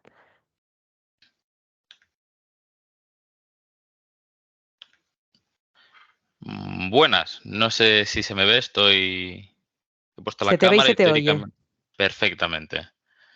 Y ahora se debería ver también la presentación, si no me equivoco. Sí. Perfecto. Vale, pues muy bien. Bueno, yo voy a presentar mi trabajo que está enmarcado dentro de mi trabajo final de máster, titulado El bienestar de los universitarios procedentes de Ucrania, una aproximación antropológica desde el análisis de redes personales, ¿no? Entonces, para empezar, primero que va a seguir una estructura bastante pautada. Pasaré rápidamente por el marco teórico o motivos que pienso que hay que tener en cuenta a la hora de entender un caso tan específico, ¿no? Y luego pasar, pues, obviamente, por la metodología y los resultados para luego terminar con unas pequeñas conclusiones que entiendo que se podrán luego quizás poner en juego dentro del espacio de debate. Primero explicar los motivos del trabajo, ¿no? Como la mayoría de personas sabemos, el conflicto entre Rusia y Ucrania, que dentro de Europa presentó una situación con un gran flujo de migración y con unos focos muy localizados. Luego también, ¿no? Tratar dentro del bienestar emocional cómo las personas, especialmente estas que se categorizan como forzosamente desplazadas, tienen una gran afectación emocional, por lo que dejan atrás, por toda la incertidumbre, por muchas veces la falta de agencia dentro de su futuro, digámoslo así, de su situación. Y luego ya dentro del contexto universitario, para ser mucho más específicos, la alta prevalencia tanto de las personas jóvenes en general como de la población universitaria, ¿vale? Entonces, dentro del colectivo ucraniano, el gran flujo que comentábamos, más de 8,2 millones, y específicamente en España hay más de 170.000. Y bueno, lo que comentábamos de las personas desplazadas, luego pasaremos un poco por el concepto este de forzosamente, y cómo ha habido un aumento del deterioro del bienestar emocional de la población joven, tanto no universitaria como universitaria, y cómo esto ha aumentado a raíz de la pandemia COVID. También, por contextualizar los datos dentro del sistema universitario español, el Ministerio de Educación plantea que hay más de 39.000 escolarizados ucranianos, incluyendo toda la gama educativa, digamos, toda la rama educativa, pero sin ningún tipo de dato específico respecto a los estudiantes universitarios. Es decir, se plantean de manera individual dentro de cada institución universitaria. Entonces, por pasar rápidamente por la revisión de la literatura, ¿no? Destacar al tratar el trabajo desde las redes sociales, desde la red personal, la importancia de las personas que conocemos, el contacto a la hora de emigrar y cómo estas relaciones crean un capital social que se pone muchas veces en juego, se puede activar, ¿no? Yo conozco a una persona en España, por ejemplo, yo tengo un familiar en España o yo he ido muchas veces a España y tengo esa afinidad o esa capacidad o esa oportunidad de tirar de ese capital social. Y bueno, la importancia no solo tanto dentro del momento del viaje, el momento previo, el momento de viaje y el momento posterior, a la hora de recursos, información y apoyo, factores identitarios, afinidades, asimilaciones, etc. Brevemente, dentro del concepto de migración forzada y el concepto o la condición de refugiado, plantear esa reflexión sobre la condición de migración forzada como algo un poco ficticio quizás, porque cualquier persona en cualquier punto, aunque sea de una manera muy limitada y casi ficticia, tiene esa capacidad de decisión. Entonces, pues bueno, es un concepto migratorio que quizás está asociado a un contexto que es mucho más abierto y más difuso de lo que se plantea, ¿no? Y bueno, la condición de refugiado como una condición, un concepto que que sale desde el reconocimiento institucional, es decir, no es una categoría objetiva, aunque sí que se plantee como tal, sino que es una categoría que es dinámica y va cambiando muchas veces o siempre según los intereses sociales, culturales, políticos, afinidades, etc. Luego también comentar específicamente el contexto ucraniano, o sea, el contexto dentro de la población refugiada ucraniana, la activación de la Directiva de Protección Temporal a nivel europeo, que es un mecanismo que nunca había sido utilizado, es decir, se activa por primera vez, en la que lo que busca es evitar sobrecarga, coordinación, etc., pero que a la hora de derechos, capacidades, oportunidades de estas personas que se encuentran en una situación compleja, facilita el acceso rápido a la protección, 1 o 2 días en comparación con años quizás que tardaba el proceso para otras personas en otro tipo de condiciones sociopolíticas, acceso a necesidades básicas y un permiso de trabajo de 3 años. Luego, dentro del contexto ucraniano, dentro de la historia migratoria, un país, una población con mucha movilidad, específicamente al principio en países colindantes, digámoslo así, y a raíz de, por ejemplo, la exención de visa en 2017, pues mucho más abierto dentro de, sobre todo, el contexto europeo. Italia, España, Rumanía, Polonia, etc, etc. También entender que el conflicto no empieza hace un par de años, sino que empieza, pues yo que sé, anexión de Crimea, conflictos internos, crisis políticas, crisis económicas. Entonces ya había una gran población que estaba internamente desplazada, ¿no? Quizás lo único que cambia, ¿no? Digamos, o sea, lo único que cambia, entre comillas, ¿no? Es esa internacionalización, ¿no? A raíz del cambio de las condiciones en el conflicto, que llega a traer pues, un poco más de luz o de atención general sobre el conflicto. Entonces, dentro del estudio sobre refugiados ucranianos por la invasión, pues hay distintos estudios. Es verdad que por el propio periodo, ¿no? El timing no está tan tratado como otros posibles casos, pero estudio de necesidades en el momento de viaje, cambios legales, comportamiento digital de las personas para entender un poco los intereses y esos caminos migratorios. Y existe, pues obviamente, una falta de estudios del bienestar emocional. Obviamente, también específicamente en el contexto universitario. Sí que hay algunos, pero son sobre todo en Ucrania, es decir, en personas que siguen en Ucrania. Dentro del bienestar y de las redes, recalcar la importancia que tienen las redes personales, es decir, redes personales, diremos, personas que yo, por ejemplo, como individuo conozco o estoy en contacto. No tiene por qué ser de un ámbito específico, ni del trabajo, ni de el contexto académico, ni de mis amigos, ni de mi familia, sino es abstracto. Todas las personas que conozco y cómo afecta eso pues, a la salud, tanto física, emocional, como el concepto de salud social. La intención detrás de utilizar esta idea es pues, tener un análisis mucho más integrador que, que entienda también ese capital social que se dan dentro de las relaciones y cómo afecta a cómo nos sentimos y cómo navegamos, digamos, las experiencias que podamos ir viviendo. Y luego, dentro del contexto del bienestar emocional en estudiantes universitarios, repitiendo lo que decía al principio, un gran deterioro de la salud mental, sobre todo a la alza, o sea, va aumentando, digamos, dentro de la etapa universitaria y con una gran prevalencia de sintomatología, de trastornos mentales, etc. Llegando al apartado quizás más específico con el seminario, ¿no? De Universidad de Refugio, repetir el dato que ofrecían las compañeras antes, 5% de acceso a la población refugiada versus el 39% de la media global y recalcar dentro de la Convención Europea de Derechos Humanos cómo se plantea la educación como un derecho, es decir, no es solo un deber moral, sino es un deber legal que está regido dentro del artículo 2 de la Convención Europea de Derechos Humanos. Respecto a los agentes claves que yo identificaba, 2, nacional institucional, nacional refiriéndome al propio gobierno, instituciones más abiertas, como podría ser la CRUE, que es la Convención de Rectores Universitarios Españoles o algo así, y la institucional, pues refiriéndome específicamente a lugares más específicos, Universidad Autónoma de Barcelona, Complutense Madrid, como agentes también separados de ese panorama más abierto, pero que tiene una agencia dentro de ello. Entonces, Llegando al plan de acción Universidad Refugio a nivel español, se impulsa desde el Ministerio de Universidades un plan de acción refugio con un poco más de 2,5 millones de euros, que lo que buscaba básicamente era asegurar el apoyo cultural y psicológico, orientación académica y alojamiento, acceso a actividades y servicios sociales a este colectivo específico de población ucraniana.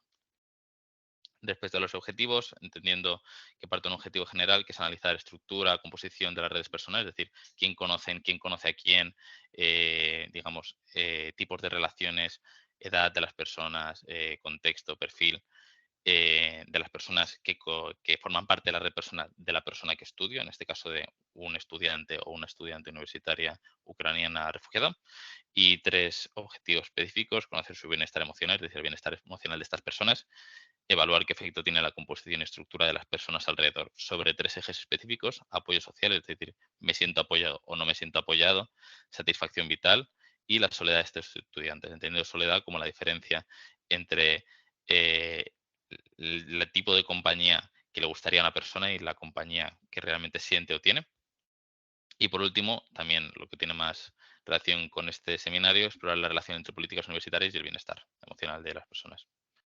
Metodología de trabajo mixto, o sea, mirada cuantitativa y cualitativa, haciendo entrevistas y encuestas un poco integradas en 3 bloques: experiencia respecto al conflicto y el proceso, relaciones sociales, esto quizás más específico en las encuestas, pero que luego también se desarrolla en las entrevistas, y entender y preguntar, ¿no? Y profundizar en el apoyo que han recibido desde las instituciones como general.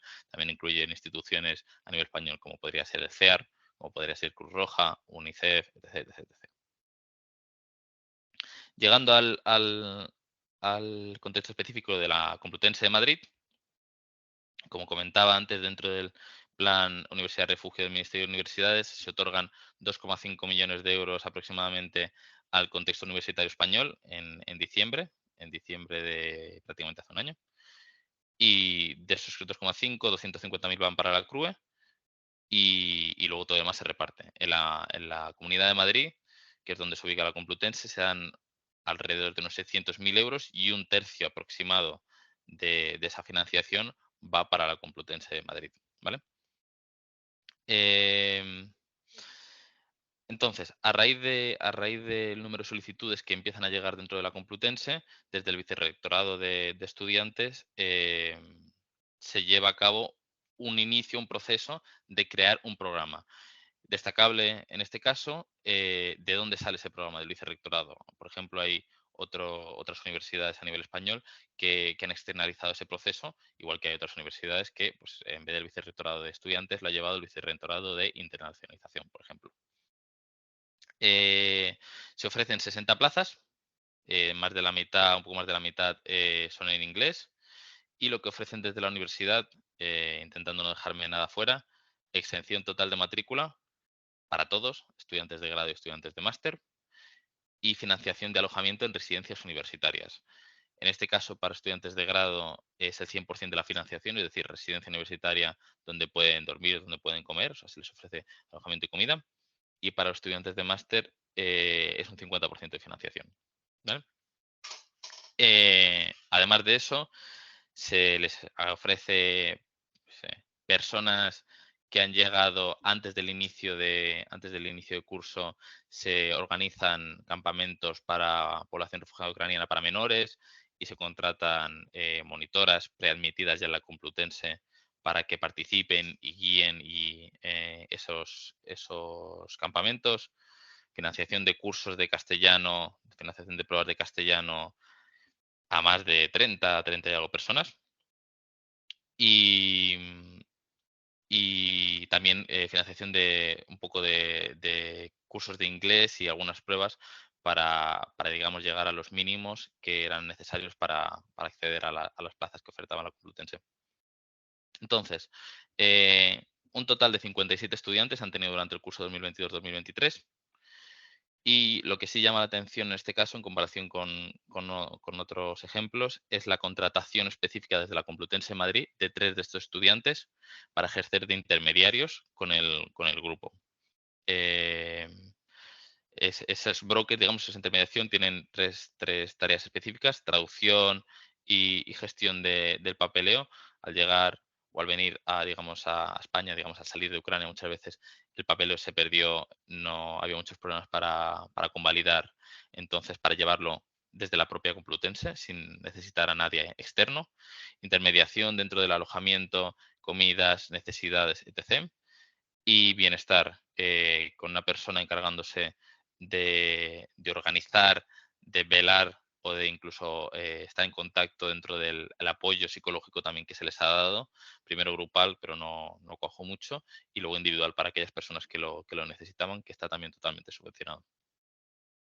Entonces, dentro del contexto, mencionar que tiene experiencias muy diversas. Como preguntaba, ¿no? A partir del 2014, desde personas que estaban más cercanas al conflicto, es decir, a la zona este de Ucrania, respecto a personas que estaban más en la zona este, incluso la frontera con Polonia, que para ellos, digamos, el conflicto de Crimea no supuso ningún cambio.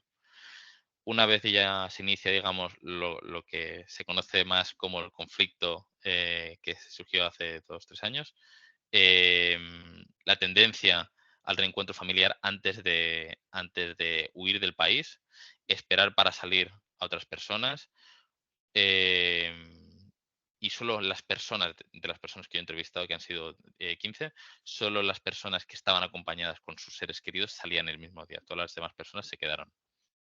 Hay que entender que sí que son estudiantes, pero muchos de ellos eran mayores de edad en ese momento, entonces no era la falta de capacidad legal lo que motivaba quizás esto, ¿no?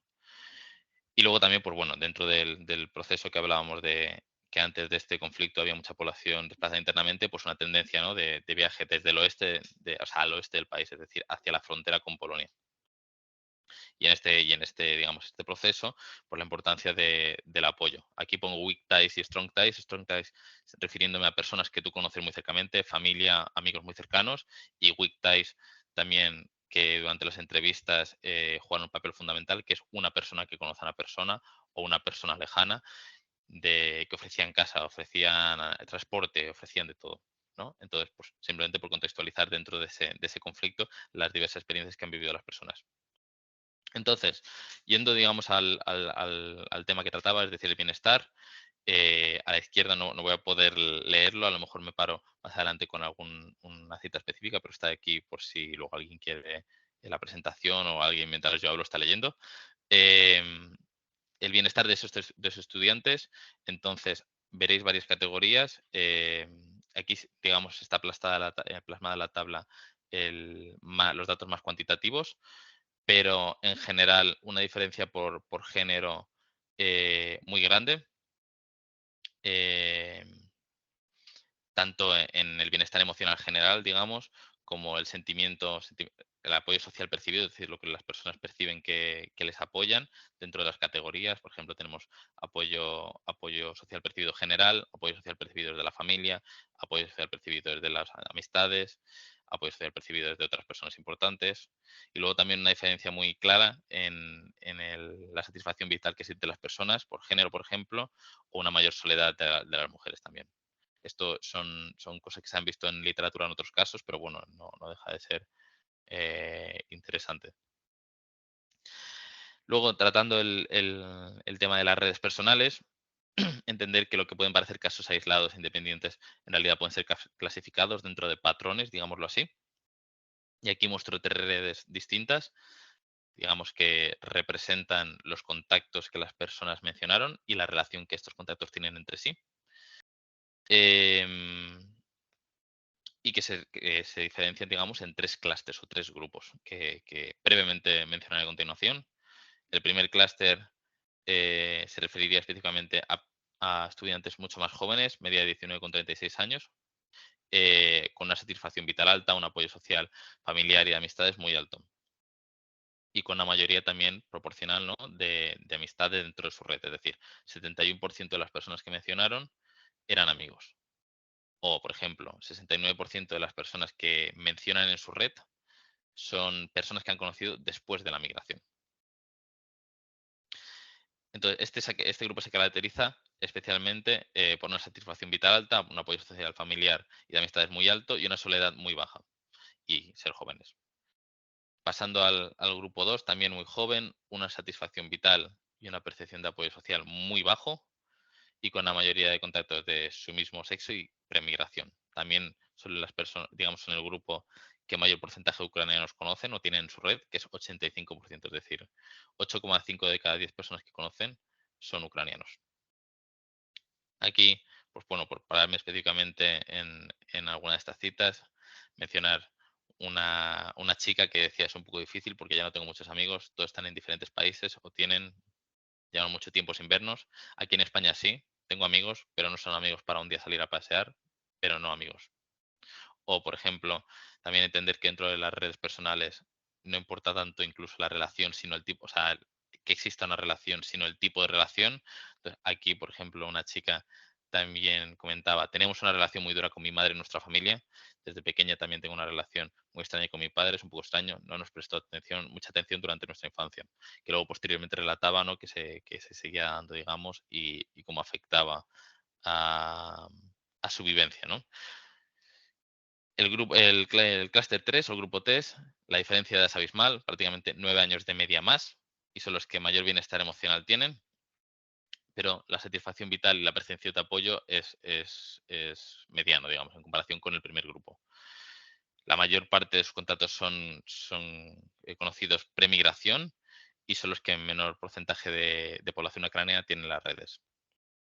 Entonces, también por pararme en las citas digamos, en fragmentos que ellos mismos expresaban, la gente, la comunidad, no importa cuál es la comunidad, pero es la gente que te distrae, que te cuenta más de la vida, que te ayuda a entrar en esta vida acostumbrándose a estar viviendo aquí.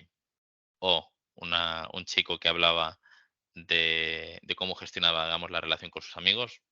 Estamos todos en diferentes ciudades, ellos tienen nuevos amigos y tengo nuevos amigos. Ya no tenemos algunas reuniones juntos y no nos contactamos tanto, no somos tan amigos, pero como en general en cualquier momento puedo llamarles y hablar y somos tan amigos como antes. Digamos un poco la dicotomía de la gestión que ellos hacían es dentro de las entrevistas, es decir, de la parte narrativa, era muy diferente, digamos, entre este tercer grupo o el primer grupo. Por llegar al tercer objetivo respecto a las políticas universitarias, entendiendo, ¿no?, que desde la Complutense se ofrecía apoyo para el idioma, digamos, para tanto castellano como inglés, aunque la mayoría de estas personas ya tenían, digamos, aquellas que hacían castellano, tenían generalmente familia aquí, entonces pues, básicamente se podían comunicar bastante bien y simplemente fue un refuerzo o la propia acreditación del idioma. Y mencionar la gestión que hacen desde un grupo que se conocen. Es decir, son personas que están conviviendo en residencias universitarias y que están en contacto unas con otras. Tienen un grupo, gestionan actividades, se juntan, muchos comparten habitación. Entonces, destacarnos la agencia que mostraban en nosotros, bueno, como dice la propia cita, normalmente organizamos eventos entre nosotros, nos encanta hacer cosas y visitar sitios. Lo organizamos entre nosotros, no necesitamos ayuda extra porque podemos comunicarnos fácilmente entre nosotros. El apoyo económico y el respecto a las expectativas de futuro, es decir, la incertidumbre que muchos sentían cuando están, por ejemplo, en el último año de carrera ahora en la Complutense y no saber si luego van a poder hacer un máster, si van a tener que volver a Ucrania o si van a poder quedar aquí, pero a lo mejor no podían encontrar trabajo. Y la falta que pedían, o sea, pedían un mayor apoyo respecto al futuro, digamos, como pidiendo un poco más de agencia respecto a una vez salimos de la universidad, que también, como comentaba antes, respecto al apoyo psicológico que ofrecía la universidad, donde, como comentaba, al principio se intentaron hacer sesiones grupales, pero luego derivó mucho más a raíz de los comentarios que hicieron digamos, a terapia, digamos, individual. Y por último, como comentaba también el compañero José anteriormente, reclamaban o pedían o echaban de menos el tipo de comida y los horarios, ¿no? Al estar dentro de una residencia universitaria donde el comedor se abre y se cierra a X horas, digamos que se encontraban un poco fuera de lugar respecto a su propia cultura, ¿no? Luego pedían también financiación para otras opciones de alojamiento, es decir, no tener que estar en una residencia universitaria, especialmente también para personas que habían emigrado con sus familias. Y actividades para poder conocer gente nueva, es decir, gente fuera de su círculo, gente de la residencia universitaria, o mejorar la relación entre ellos mismos. Respecto a las conclusiones, eh, una tendencia a un mayor malestar entre las mujeres y entre los más jóvenes, viendo dentro de los datos cuantitativos una correlación entre la residencia universitaria y sentirse más apoyado y menos solo. Luego, respecto al segundo objetivo, comentar que, aunque parecen casos independientes, pueden ser agrupados, que no implica obviamente que dentro de los grupos no haya diferenciación y diversificación, y que la mayor proporción de amistades, es decir, cuantos más amigos mencionabas en una red, más percepción de apoyo sentías, y donde la edad, digamos un factor que es individual obviamente, eh, resultaba en una mejor gestión emocional, es decir, el bienestar emocional, el apoyo, la menor soledad o la mayor satisfacción se veía aumentado, digámoslo así, cuanto mayor era la edad. Y por último, respecto a las universidades, comentar la Complutense, ¿no? Por ejemplo, el caso de los intermediarios, el caso de una financiación tan grande, ¿no? que como hemos dicho, está financiada por el gobierno, pero la financiación llegó tarde y eran 216.000 euros en comparación con los 400.000 que se han gastado, digamos, en el curso 2022-2023. Pues eso, destacar las facilidades económicas y sociales, el apoyo psicológico y la necesidad en este caso de un mayor apoyo respecto al futuro.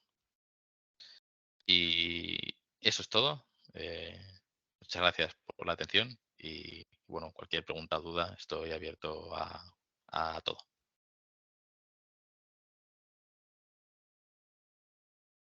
Perfecto, Iván. Pues muchísimas gracias por presentar pues tu estudio, que en este caso pues está ubicado en la Universidad Complutense de Madrid y que bueno, pues presenta algunas cosas similares con el proyecto de la autónoma y otras pues muy distintas, como por ejemplo pues el alto presupuesto con el que contaba para dotar de alojamiento, ¿no? A estas personas que se vinculaban, a estas personas refugiadas de Ucrania que se vinculaban a la Universidad Complutense.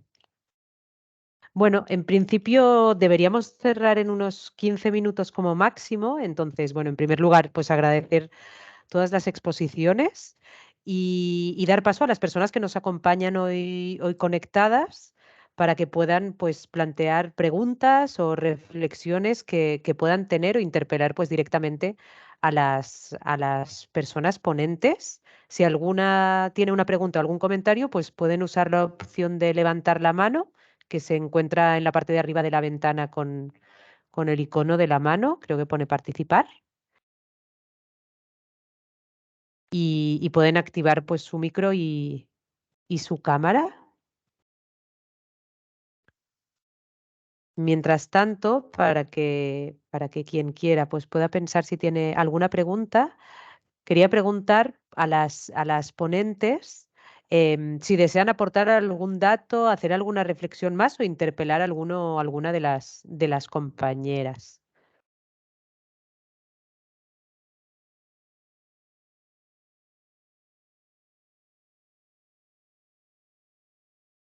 Sí, adelante, Marta. Hola. Bueno, yo solo tengo un comentario breve que es, bueno, también agradecer a la participación de todos las ponentes, ¿no? De Mariana, Iván y José, porque creo que hemos hablado desde perspectivas bastante distintas y que complementan mucho todas las visiones, o sea, el enfoque desde las historias de vida, ¿no? Desde el sentir de las migraciones o el desplazamiento que ha aportado José, me parece, pues lo agradezco mucho también y igual, bueno, se opone bastante, ¿no? al enfoque final de Iván, pero creo que son maneras de abordar un mismo tema y que es muy rico poderlas poner en común en un espacio como este. Me ha sorprendido un poco personalmente. Sí.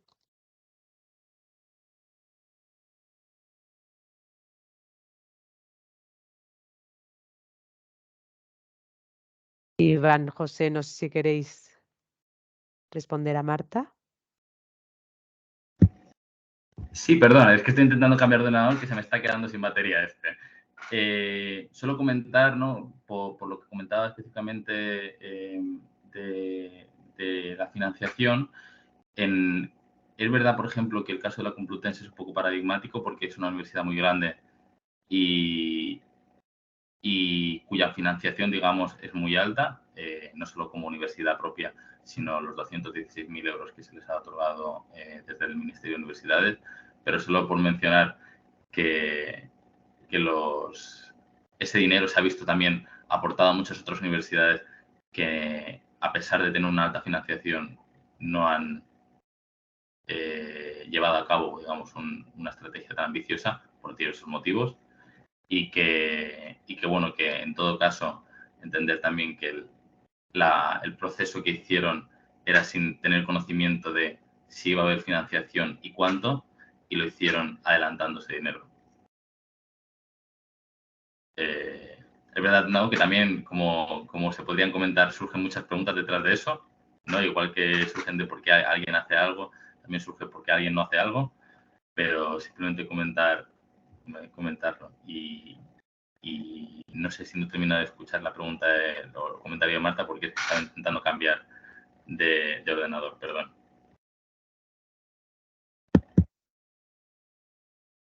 Si queréis damos paso a José, que creo que quería también contestar, y luego si eso volvemos con Marta y con Iván.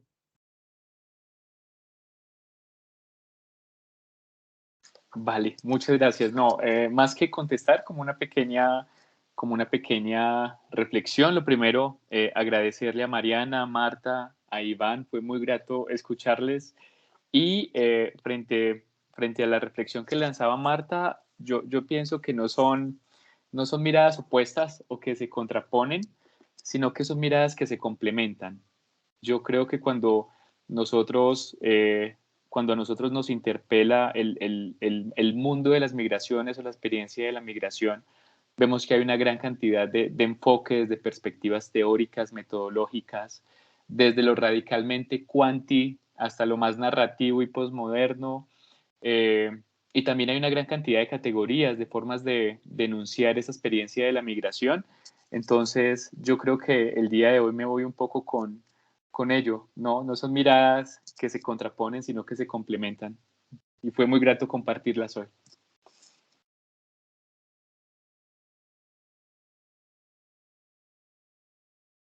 Muchas gracias.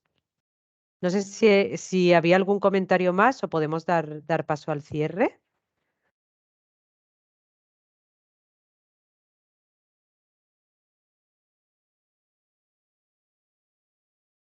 Pues si no hay ninguna intervención más, a modo de cierre, yo destacaría un par de ideas clave que he ido apuntando pues, a lo largo de todas las presentaciones y que seguro que van a volver a salir a lo largo de las sesiones previstas de los siguientes martes de octubre.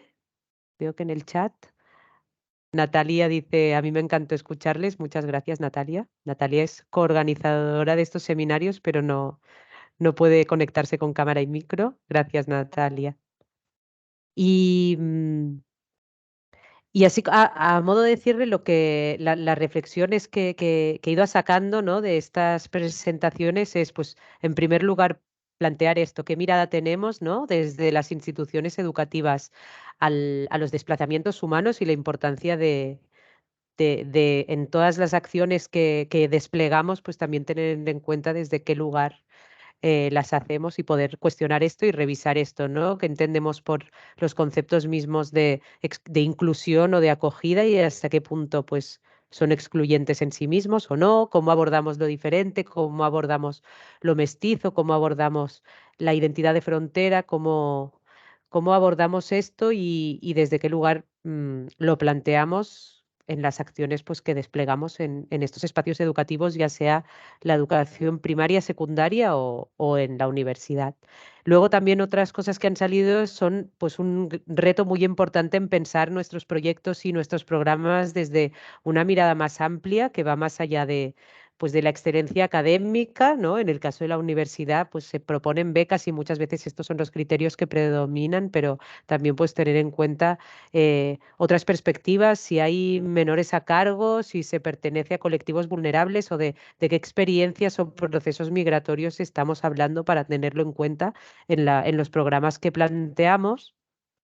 Y también han salido pues diferentes proyectos con diferentes oportunidades de partenariado, que aquí hay pues muchas potencialidades también a tener en cuenta, ¿no? Desde la universidad, ya sea dentro mismo de la universidad y cómo se relaciona con los grupos de investigación o la propia docencia, o qué alianzas hacemos desde las instituciones educativas para llevar a cabo estos proyectos que tienen que ver con población migrada, pues ya sea con sociedad civil, con entes locales, como ayuntamientos, como apuntaba pues Marta en el caso de la historia de Mohamed, que esto fue clave y que debería ser pues un precedente, con colectivos mismos, ¿no?, que trabajan este tema, el tema de la migración y de los derechos al asilo y al desplazamiento, pero también pues con instituciones más grandes, con proyectos gubernamentales como el del que hablaba Iván, o con el ACNUR mismo, como comentaba Mariana al principio con el proyecto de la cátedra que nos ha explicado.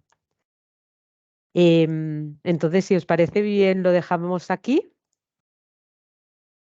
Os recordamos que el siguiente encuentro es el próximo martes, que es el 10 de octubre a la misma hora, a las 9 de Colombia, a las 4 de Barcelona de la tarde, y hablaremos pues de otro tema, pero que a la vez está muy ligado, de ciudadanía internacional, de qué concepto en las universidades se plantea como ciudadanía internacional, ciudadanía global, ciudadanía intercultural, desde estas unidades de internacionalización de las universidades, y cómo, pues revisando este concepto, podemos incorporar también otras perspectivas, ¿no? Desde otras miradas, desde la mirada de colonial o poscolonial, nos hablarán algunas compañeras y nos van a plantear también ejemplos prácticos. Así que hasta pronto, muchas gracias a todos y que vaya muy bien.